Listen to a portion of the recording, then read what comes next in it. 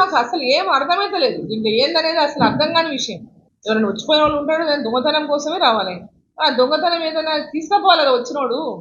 ఏ దొంగతనం కాలేదు, ఏమి తీసుకుపోలేదు. సో దానికనే పెద్ద వరి ఇక్కడ.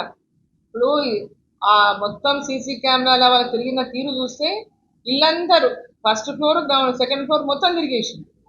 ఎందుకోసం వచ్చిండు, ఎందుకు ఇవన్నీ చూసుకొని పోవాల్సి వచ్చింది? ఇంకెవరు ఉంటారని వచ్చిందా, ఎంతమంది ఉంటారని వచ్చిందా, ఏముంటుందని వచ్చిందా, ఏది కోసం వచ్చిందో మాకు అర్థం కాలేదు. అవును ఏదో ఎత్తుకపోయిండు, టీవీ ఎత్తుకపోయిండు, లేకపోతే ఇంకేదో కంప్యూటర్ ఏదో ఎత్తుకపోయిండు, ఇంకేదో ఫోన్లు ఎత్తుకపోయిండు అంటే దొంగ వచ్చిండు తీసుకుపోయిండు, ఏదైనా అనుమాన డబ్బులు దొరికినాయి తీసుకుపోయిండు అంటే తీసుకుపోయిండు. కానీ ఇది చిత్రంగా ఉంది.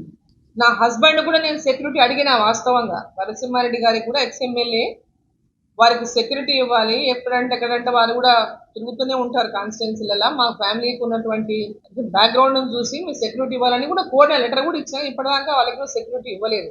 సో నేను ముఖ్యమంత్రి గారికి కోరుతున్న ఇవాళ మా ఫ్యామిలీ సెక్యూరిటీ గురించి తక్షణమే మీరు చర్యలు తీసుకోవాలని చెప్పి మీ ద్వారా ముఖ్యమంత్రి గారిని కోరుతున్నాను.